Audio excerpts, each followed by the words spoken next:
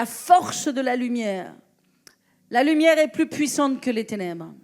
Si vous avez une pièce noire, il n'y a aucune lumière, et que vous vous tenez dans cette pièce noire, et que vous craquez juste une allumette, l'allumette, à elle toute seule, a le pouvoir de faire éteindre les ténèbres. Parce que la lumière, elle est capable d'illuminer, d'éclairer toute une pièce noire. C'est à ce point-là que la lumière est supérieure aux ténèbres. Donc Jésus est la lumière du monde. Donc moi, plus je vais me rapprocher de cette lumière du monde, plus ma vie va prospérer. Et vous savez comment Dieu nous rend prospères? Bien sûr, j'ai dit tout à l'heure que la prospérité, ce n'est pas une idée, ce n'est pas un concept, ce n'est pas une stratégie. Non, bien sûr, la prospérité, c'est d'abord Dieu. Mais qu'est-ce que Dieu fait quand tu te rapproches de lui? Tu as la pensée de Dieu. Et la pensée de Dieu, elle te guide. Et je vais te dire une chose. C'est bien les diplômes. Et c'est une bonne chose d'avoir des diplômes. Mais c'est mieux d'avoir la pensée de Dieu. Je ne dis pas qu'il ne faut pas avoir les diplômes, parce que c'est bien d'avoir les deux. Moïse était instruit dans toute la sagesse des Égyptiens. Et c'est bien d'avoir la sagesse. Alors soyez diplômés, vous tous qui faites des études. Réussissez. Mais je vais te dire, tu peux avoir les diplômes, mais si tu n'as pas la sagesse de Dieu, si tu n'as pas la pensée de Dieu, une façon par laquelle Dieu te bénit et te rend prospère, c'est parce que simplement il te parle, parce qu'il te montre ce que tu dois faire. Il te dit où tu dois aller. Il te conduit par son esprit. Et quand il te conduit par son esprit, il va te conduire dans des chemins de bénédiction et dans des chemins de prospérité. Parce que la bénédiction et la prospérité sont inhérentes à Dieu. Alléluia. Amen. Ma mère, je vous parlais un petit peu de notre témoignage, quand on parle de prospérité. Mon père a été un homme d'affaires toute sa vie. Et il a eu une entreprise assez importante dans un domaine industriel au niveau du bois. Et vous savez, mes parents se sont mariés très jeunes à l'époque. Je pense que ma mère était mariée à 20 ans. Et puis très rapidement, elle a eu mon frère et puis moi. Et mon père était occupé avec ses affaires. Et ma mère était femme au foyer. Et elle n'avait pas de prospérité par elle-même. Mon père avait ses entreprises et donc petit à petit, ils ont acheté leur maison et ils ont progressé dans la vie. Et puis ma mère s'occupait de nous, ils avaient une bonne vie. Puis au bout d'un moment, vous savez, ma mère, elle a ressenti l'appel de Dieu sur sa vie. Et elle avait cet appel de Dieu sur sa vie. Et puis, même si vous avez un mari, et même si vous avez un bon mari, eh ben, aussi merveilleux et bon soit votre mari, il ne va peut-être pas vous financer tout. Il ne va peut-être pas être là pour tout, parce qu'il est là pour la maison déjà. Et ma mère s'est trouvée dans une situation où elle avait des choses dans son cœur. Il y avait des choses qu'elle voulait faire pour Dieu. Son cœur, il brûlait, il vibrait pour certaines choses. Et mon père n'était pas la solution. Et Dieu lui a parlé. Et Dieu a dit à ma mère, Monique, je vais te donner ta prospérité. Je vais te donner ta prospérité. Une femme au foyer, en fait, elle ne peut pas vraiment avoir sa prospérité. Elle dépend de son mari pour vivre. Dieu lui a dit, Monique, je vais te donner ta prospérité. Alors dans son cœur, elle a eu très fortement dans son cœur d'ouvrir une librairie, parce que ma mère a toujours été passionnée de livres. Elle n'est pas juste dans le monde de l'édition, et ce qu'elle fait, ce n'est pas juste par hasard ou par opportunisme. C'est quelque chose qui était vraiment dans son cœur depuis qu'elle est toute petite. Elle aimait tellement les livres, elle était passionnée des livres. Et donc, dans son cœur, elle a eu à cœur d'ouvrir une librairie chrétienne à Vichy. Alors c'était tout un sujet à l'époque. Et mon père a dû un petit peu investir dedans, etc. Et elle a eu cette librairie qui était à moitié une librairie avec des livres de poche, des beaux livres, des livres sur les bateaux ou sur les avions ou sur je ne sais quoi.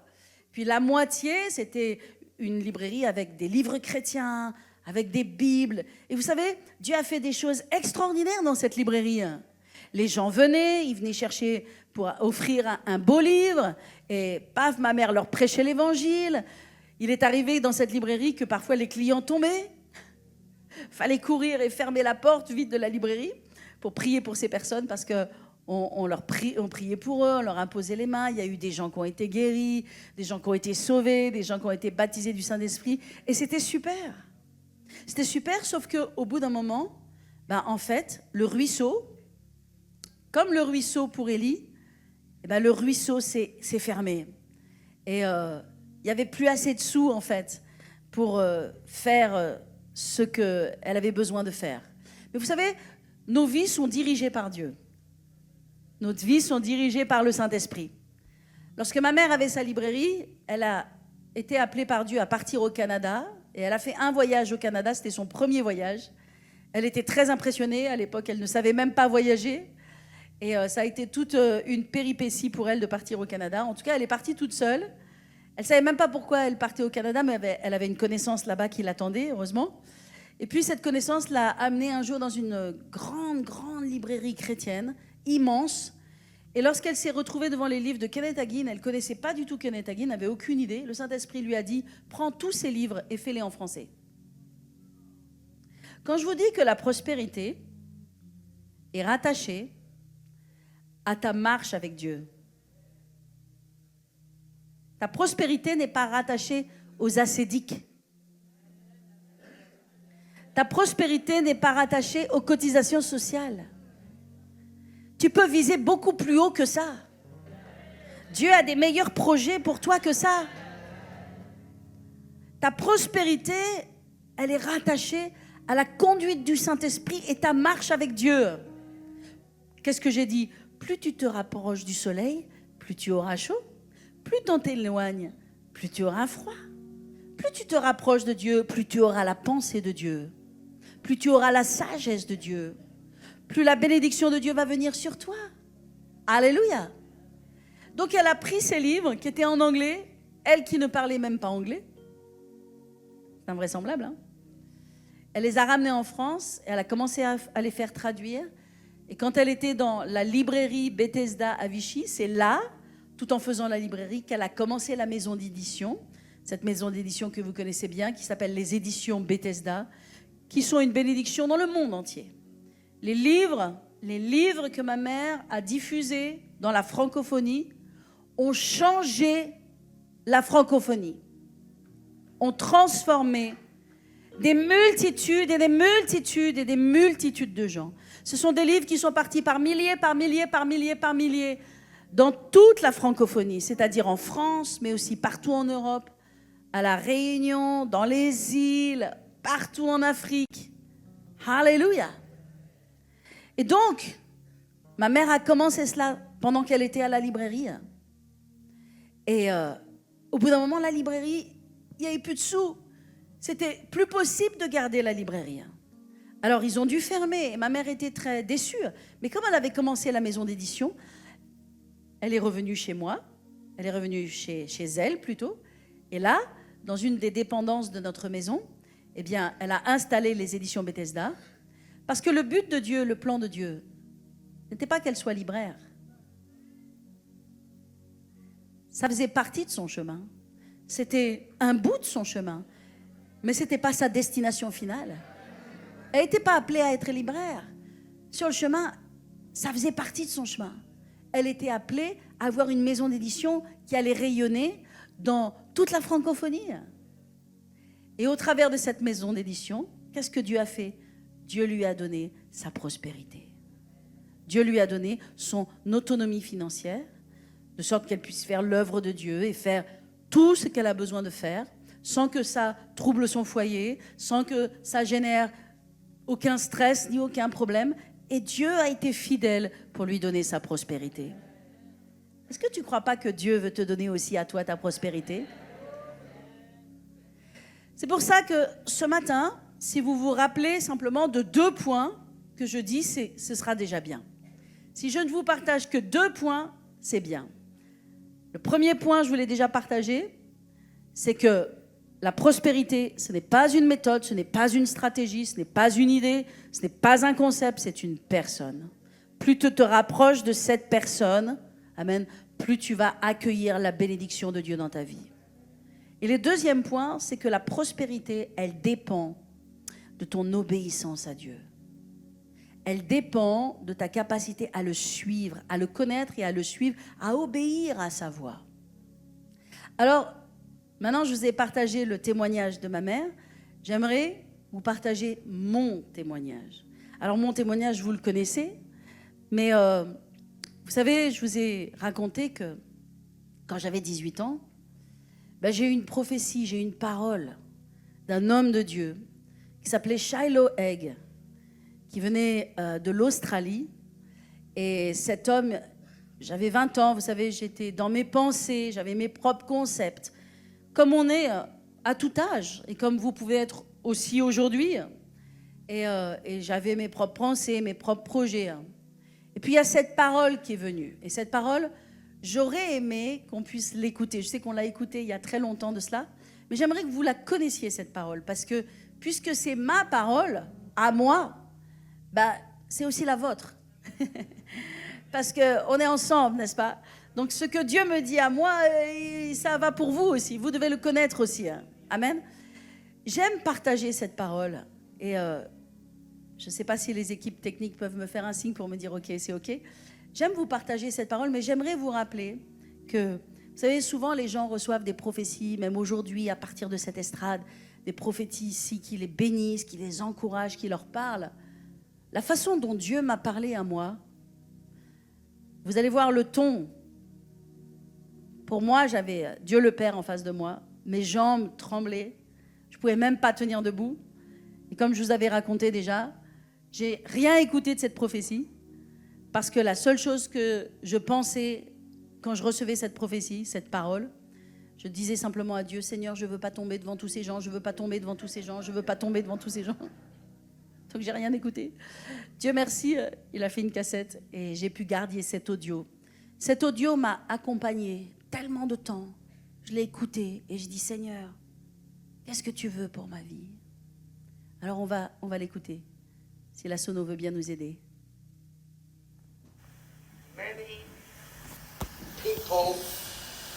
Beaucoup de gens find themselves in the turning of the waves. se trouvent à un point décisif, à un tournant de leur vie, At the crossroads of life. au carrefour de la vie. And in time to come, you will find yourself at this crossroad. Et dans les jours à venir, tu vas te trouver à ce carrefour. You will be faced with serious decisions. Tu auras à prendre des décisions sérieuses.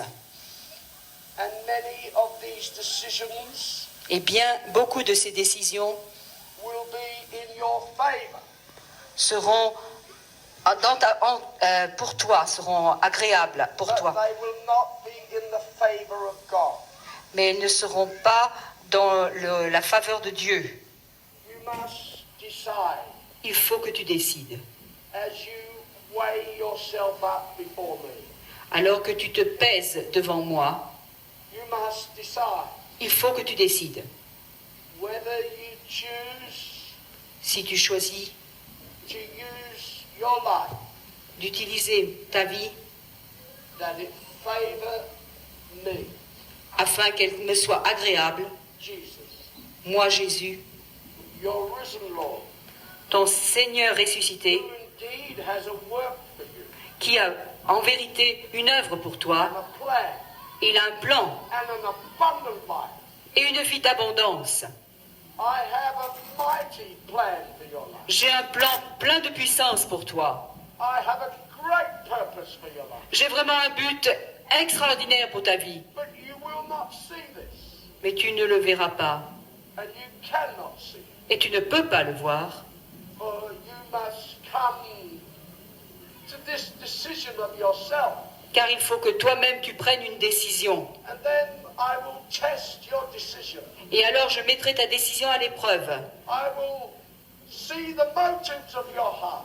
Je regarderai aux motivations de ton And cœur. as your heart is motivated towards thy God, Et quand ton cœur sera motivé, plein de motivation pour ton Dieu, I will open up my great purpose for you. alors je te révélerai le but que j'ai pour toi, qui est grand, Days to come.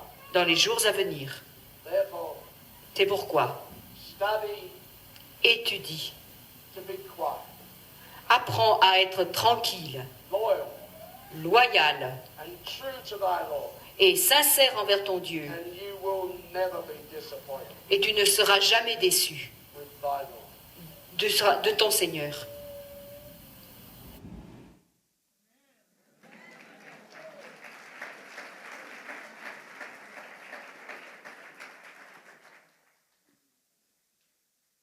Vous savez, parfois, j'entends les gens recevoir des prophéties. Et je rends grâce à Dieu pour les prophéties. Ce sont des prophéties qui les bénissent, qui les encouragent, qui leur disent tout ce que Dieu va faire pour eux. Moi, je n'ai pas eu cette prophétie. On ne m'a jamais fait une prophétie comme ça, moi. Moi, j'ai eu une prophétie, une parole qui venait du trône de Dieu, qui était très sérieuse. Et c'était blanc ou noir, droite ou gauche. Il n'y avait pas de demi-milieu.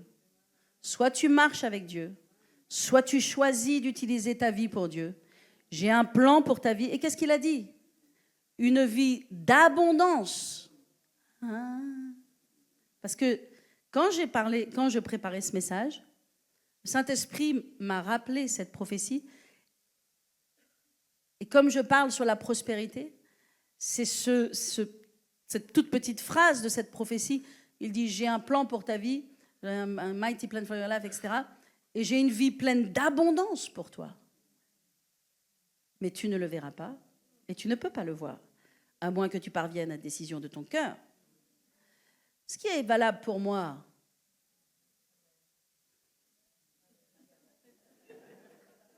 c'est valable pour toi. C'est pas différent. La prospérité, tu sais où est-ce qu'elle se trouve? Dans le cœur et la volonté de Dieu.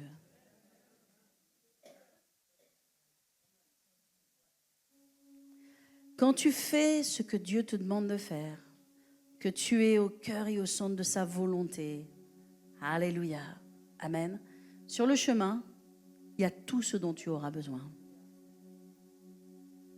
Il y a tout ce dont tu auras besoin. Et tu n'auras pas besoin de te battre pour avoir ces choses. Tout ce que j'ai, tout ce que Dieu a donné dans ma vie, il n'y a rien que je peux dire, c'est ma main qui est acquis. Il n'y a rien que je me suis battue ou que j'ai volé à qui que ce soit. J'ai rien volé à personne. Je me suis enrichie de personne. Comme Abraham, qui s'est retrouvé avec le roi de Sodome et le roi de Melchisédek. Et le roi de Sodome vient et lui dit, prends les richesses. Rappelez, Abraham a gagné 5 rois, il a ramené tout le butin, il a ramené Lot qui s'était fait voler par ses 5 rois. Et il a gagné, et il a ramené tout le butin, et il a ramené tous les hommes. Et il a été rencontré dans cette vallée par 2 rois. Il y avait le roi Melchisédek et le roi de Sodome. Et le roi de Sodome est venu lui dire, prends toutes les richesses et laisse-moi les hommes. Et qu'est-ce que Abraham a dit? Il a dit, pas même un cordon de soulier je prendrai de toi, pour que tu ne dises pas que c'est toi qui m'as enrichi.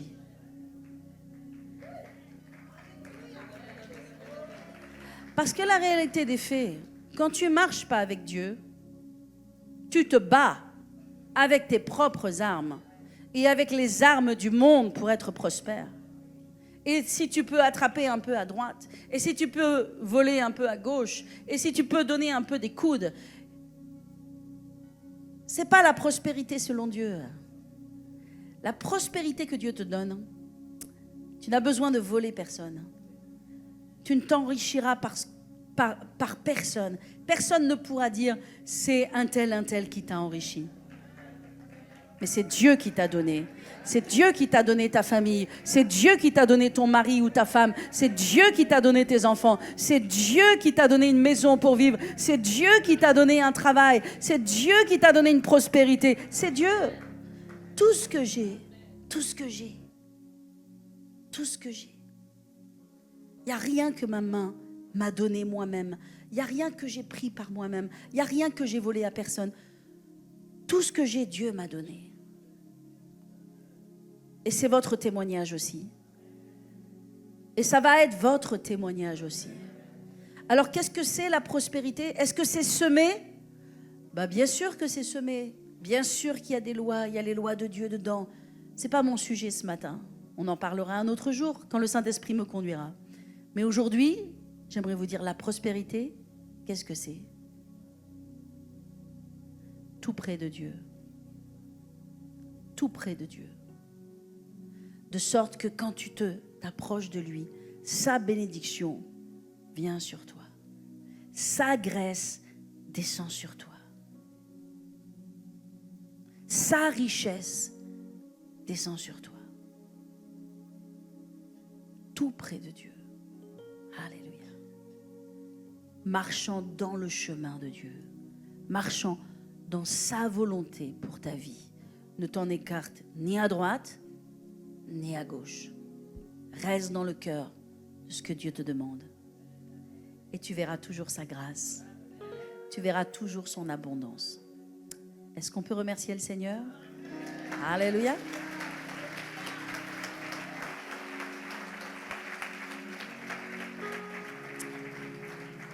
Seigneur, ta présence est dans cet endroit.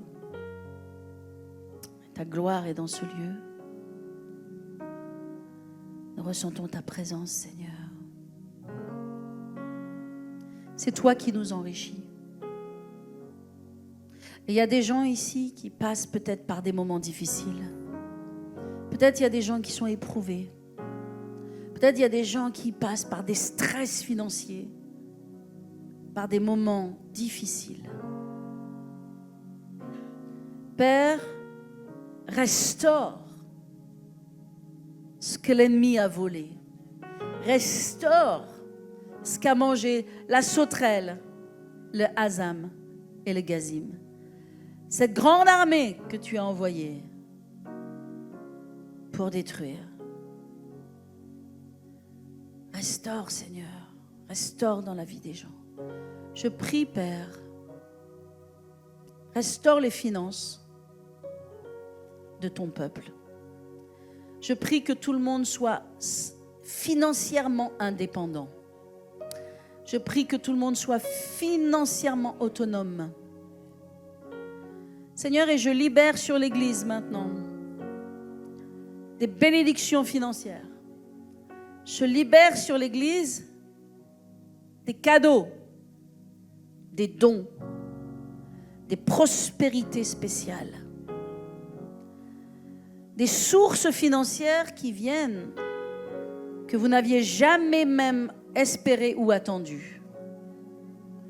Je prie pour des remboursements de dettes, des annulations de dettes, des remboursements de crédits. Je prie, Seigneur, élève ton peuple, élève ton Église dans une nouvelle dimension de finances, dans une nouvelle dimension de prospérité. Je bénis les affaires, je bénis les entreprises, je bénis au nom de Jésus. Je te remercie de donner des idées, des pensées, des directions pour que ton peuple prospère.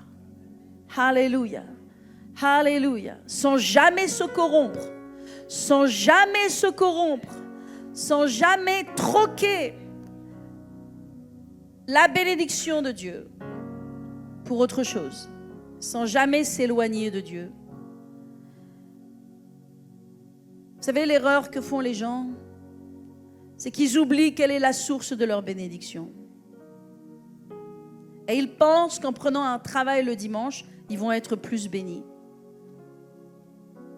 Quel mensonge!